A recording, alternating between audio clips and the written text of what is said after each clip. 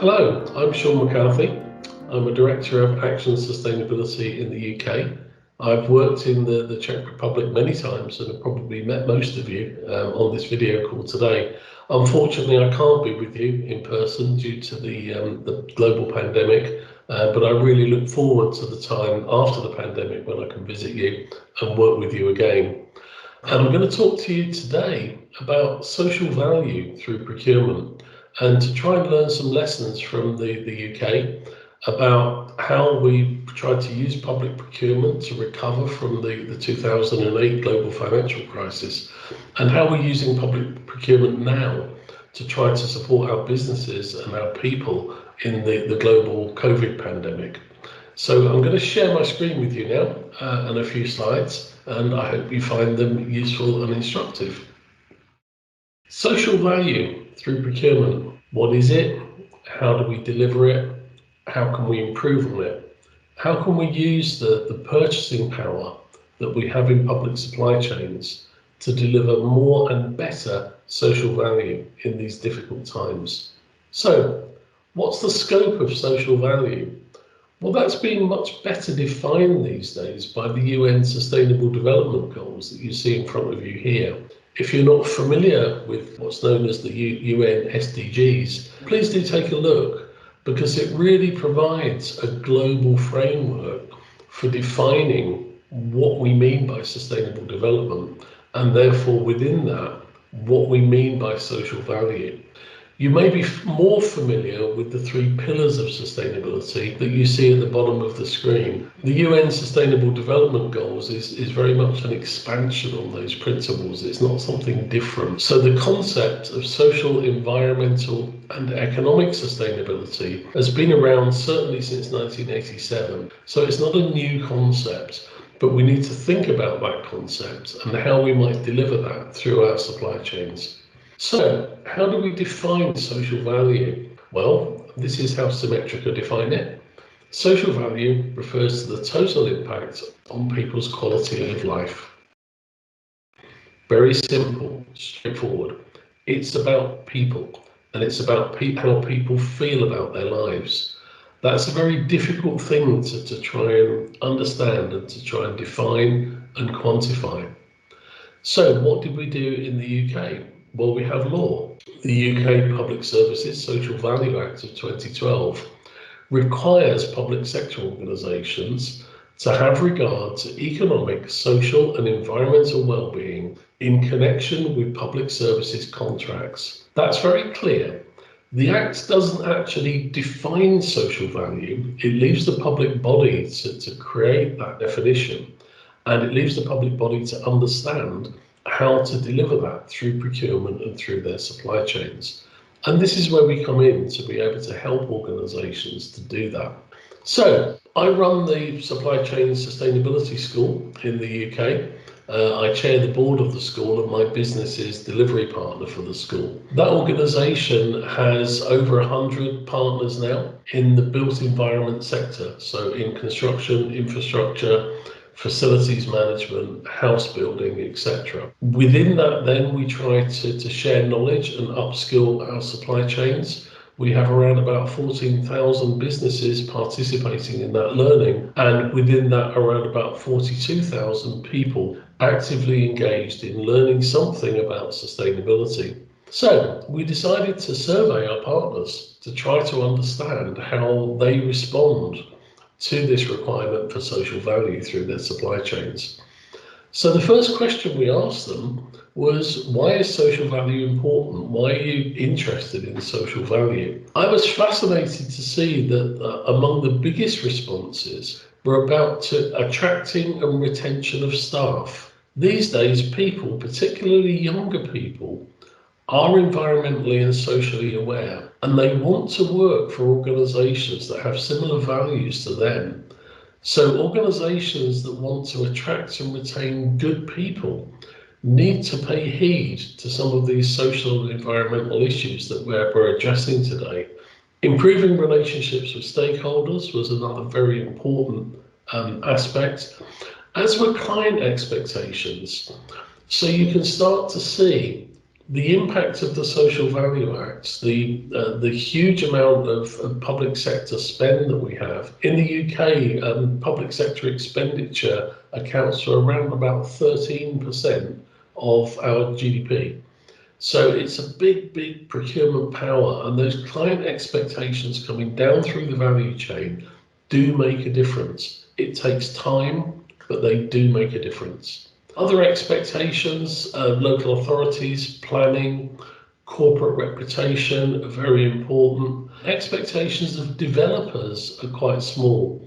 So we're seeing commercial development organisations not really on the agenda here. They need to be forced through planning and through other requirements to actually make some of these things happen.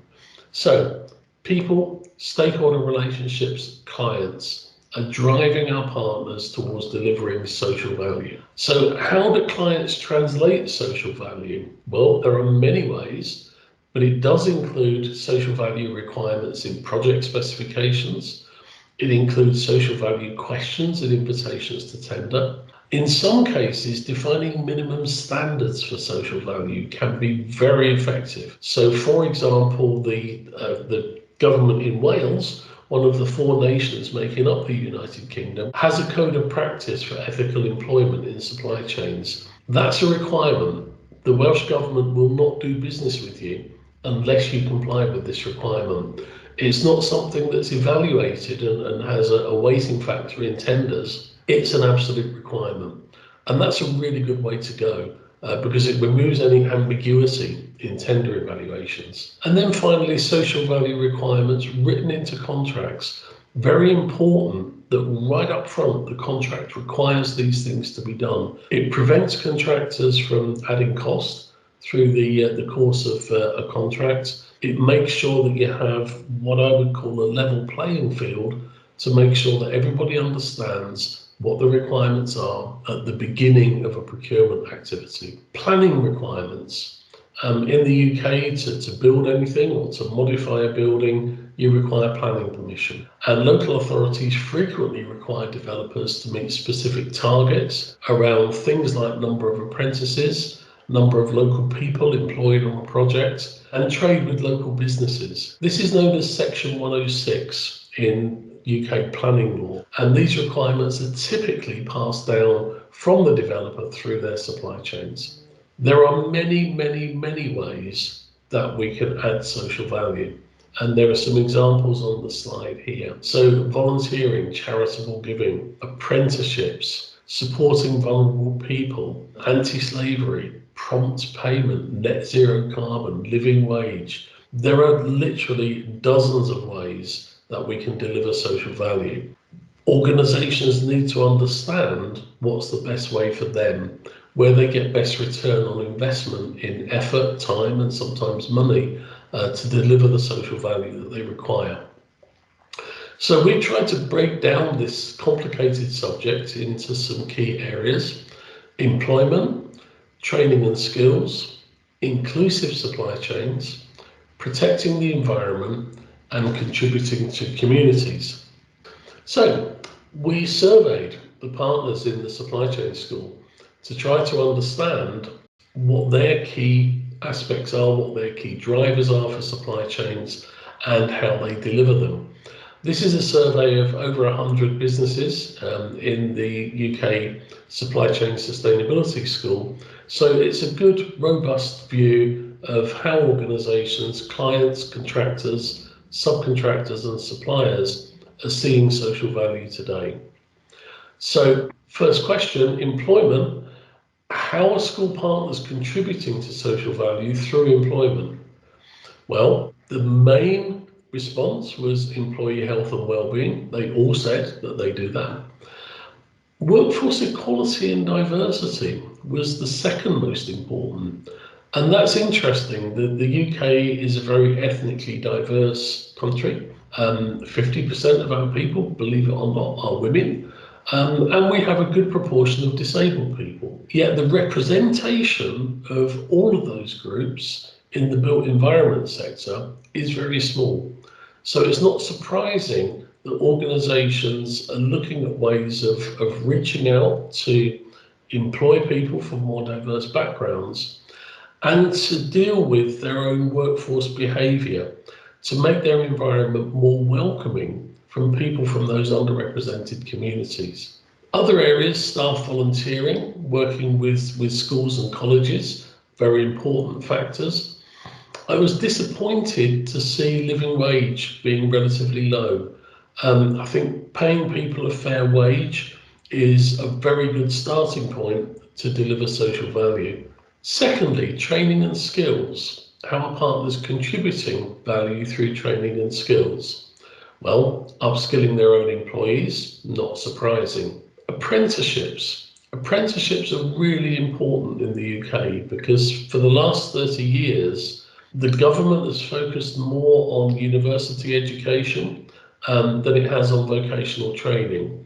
The result is we have an ageing workforce in many of our industries, and we don't have skilled people coming through the pipeline. Ironically, a lot of the younger skilled people that are employed in the UK now come from other countries, particularly from Eastern Europe. It's really important that we start to train a workforce for the future. Otherwise, there'll be a severe skill shortage in many of our industries, and particularly in construction and infrastructure. Supplier diversity and inclusive procurement. So this is really about understanding the ownership of our businesses. Are we reaching out to all of those businesses that can be our potential suppliers, or are we just going back to the same suppliers again and again and again? So ethical and responsible sourcing was a key factor, and I'll be talking about that in a moment. Local supply and subcontractors, another key one. And interestingly, fair payment and prompt payment to the supply chain. Often, contractors are not very good at paying their contractors on time, and sometimes their clients, including public sector clients, are not very good at paying contractors on time. If small businesses are involved, cash flow is key to them. And it's very important that they do that and that we support our industry simply by paying them on time. I was very disappointed to see developing markets to be supply ready having quite a low response. It's very important that we upskill our supply chains and we develop our markets for the longer term. Otherwise, we end up with a smaller and smaller pool of suppliers that can satisfy our needs. And inevitably, that means the price will go up. And that perpetuates the myth that sustainability costs more. Sustainability should not cost you more, but bad procurement will. And not developing markets to be supply ready is bad procurement. Protecting the environment. How are school partners contributing? Managing and improving air quality was a very key aspect here. The air quality in many of our cities in the UK is very poor, and people are suffering from health impacts of that poor air quality. Interestingly, in London, an ultra low emission zone was introduced a few years ago, and London's air quality is improving massively, showing that it can be done. So again, this is a combination of government policy, public procurement, and the response of that supply chain to those requirements is actually making a difference and improving things. One of the lower scoring aspects, water quality, again is a bit disappointing. Water tends to be a lower priority in terms of environmental impacts, often because water is cheap and companies tend to have a kind of minimal requirement to water quality, so they comply with legislation and don't really try to do more. So we can do better in that area. How do school partners contribute value to communities? As you can see from this slide, there's a wealth of different ways of doing things. The highest is giving to charities. And I kind of think it's a bit like carbon offsetting. Just give somebody some money and the problem will go away. I would like to see businesses much more involved in their communities, which is the second highest score there.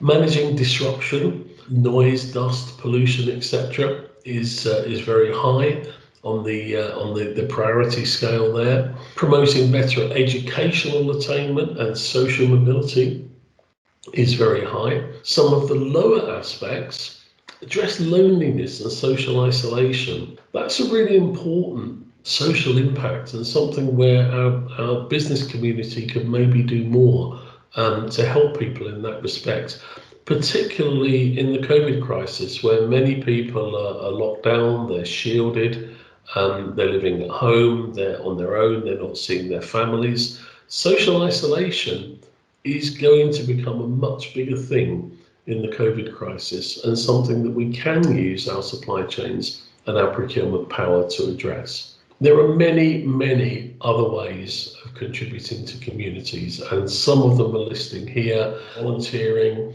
sponsoring local sports clubs, electric vehicle charging points, running workshops with schools, working with care leavers through a charity or a local authority, working on housing for the homeless. There are hundreds of different ways that we can contribute to social value. So, how do we procure for social value? Well, the world has a standard for sustainable procurement, ISO 2400. I'm a very strong advocate of that standard, as many of you will know. I led the UK delegation in developing the standard, and it takes you through a management process to deliver greater sustainability in general and greater social value through your supply chains. So I would commend that standard to you if you're not already familiar with it. Here's an example from the London Olympics of how a balanced scorecard was used throughout the contracting process. So initially from the tender process through the contract, performance management and closeout, these balanced scorecards were used, looking at value for money on the top line as a concept, of which, if you look at the 7 factors there that contribute to value for money, cost is only one of them. So delivery on time, safe and secure, equalities and inclusion, environment, quality and functionality, and legacy were all factors in tender evaluations. And typically through the Olympic Delivery Authority that delivered the Olympic Park and the permanent venues for the London 2012 Games, cost was typically 20 to 40% of the tender evaluation. Non-cost factors were always greater than cost in every tender evaluation, and then written into the contracts, and the supply chain was required to report on a monthly basis how they were delivering against all of those value for money factors. It was a very important development in the history of sustainable procurement in the UK. The industry has gone further now, and the construction sector is looking to roll out a value model, procuring for value, to be used in public procurement. It's going to be launched in 2021. It might not look exactly like you see on the screen here. It's still very much in development. The idea being that each public body can apply weighting factors to all of these aspects of value that you see in front of you, and then procure according to the way they see those weighting factors for each and every project that they procure. So the concept of value through procurement, as opposed to cost, is becoming stronger and stronger in the UK public sector. So how do we develop different types of social value metrics, and how do we deliver them? So we can look at, for instance, number of hours employees spend volunteering. That's what we would call an input. That's something that we do. And unless something happens to it, it doesn't have any social value as such. But we can measure the outputs and the outcomes of that impact. So we can look at the number of young people benefiting from taking part in a scheme, for example, and ultimately the number of young people with interest confidence as a result of taking part in the scheme. Remember, we define social value as being about people. So if you do something and you can't demonstrate the impact on people, then you're not really delivering social value. So let me talk briefly about monetizing social value. It's possible in the UK using something called the Treasury Green Book, and to attach a monetary value to the impact on people if it's calculated in the right way. There are various different databases with monetization factors for social value in the UK. The one I would recommend, the HACT database, is based entirely on the concept of benefits to people, and it uses the Treasury Green Book. Another one increasingly popular is National TOMS, but many of the measures there measure activities rather than outcomes, so not necessarily strictly social value in a monetized way that has an impact on people. And then there's the Common Social Impact Framework for the rail sector, which brings all of those things together and actually provides some advice and guidance on how things might be done. So here's an example of good and not so good monetized values. So this is one from the National TOMS database. Number of hours of volunteer leave or equivalent used or provided, and a figure there is attached to each hour of volunteering offered. Well, an organisation can develop a policy that allows people to have a certain number of days of volunteering available, and that would count. Whether people actually volunteer or not, whether the volunteering that they're doing delivers any social value or contributes to their well-being is not taken into account in this measure. Therefore, we would conclude that measure is not robust. Now, here's another example. Number of people volunteering at least once a month for at least 2 months. That can attract a value using the HACT Social Value Bank and using the UK Treasury Green Book. We believe this is a robust measure because the outcome would be the well-being of the person that's volunteering, and that's why it's potentially a robust measure. The final measure then, the number of young people with high confidence. So if your employee is volunteering in a scheme that encourages young people to get active, to get into employment, to get into education, if you can survey those young people before and after and understand whether there's an improvement in their self-confidence, then that's a benefit to that person and therefore a robust measure. This is a very complex area, and this is one example of how you might consider social value. I would commend you to think about this very carefully because you can end up with unintended consequences if you're not defining things really, really clearly. So social value can be monetized in software. This is an example from our performance tool where data can be reported against various metrics, employees volunteering, survey results, etc., and the system can calculate a monetized social value. So it's something that it is possible to automate. So as you can see here, this is an example of a dashboard that shows the various social indicators, and you can see a graph showing the accumulated social value and data tables that show how those base units were reported. So it's very possible to automate the whole process of measuring and monetizing social value. This is an example from the UK rail industry, the London Bridge Station development, and some of the outcomes that they achieved. So 66 previously unemployed local residents entered and remained in work. This means that they were unemployed for at least 27 weeks before they were employed, and they were employed for at least 27 weeks after they've been taken on. Very important. Because if you don't make those definitions really clear, taking on somebody who's been unemployed for a day or two between jobs could count as being previously unemployed. And that's actually delivering no social or economic value at all. It's just somebody changing jobs and taking a bit of time off between jobs. So please be very careful about how you measure these things. So we can monetize that value. And it's quite a significant monetizable value because this is taking people off of benefit and into employment, into paying taxes, into contributing to society and contributing to the economy. Very important. Then apprenticeships. So important once again, 24 recruits to the apprenticeship scheme, 14 have completed their apprenticeships. Once again, simply hiring apprentices has very little social value if they don't complete their apprenticeships and if they don't continue in full-time employment in that trade that they've chosen.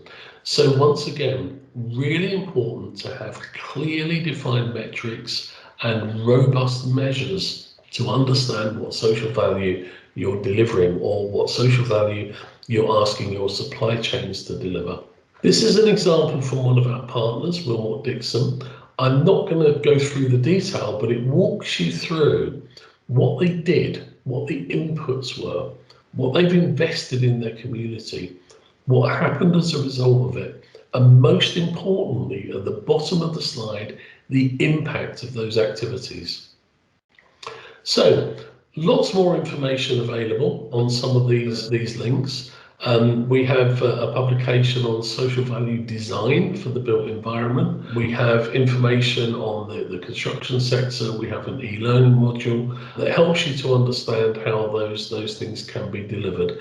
These things, of course, I'm afraid, are in English. We don't have translations available yet, but we'd love to discuss that with you if you felt that it was of benefit. So that concludes my presentation. Thank you very much for listening to me. Sorry again I can't be with you, but I do look forward to meeting you again in the future. Thank you very much and have a great day.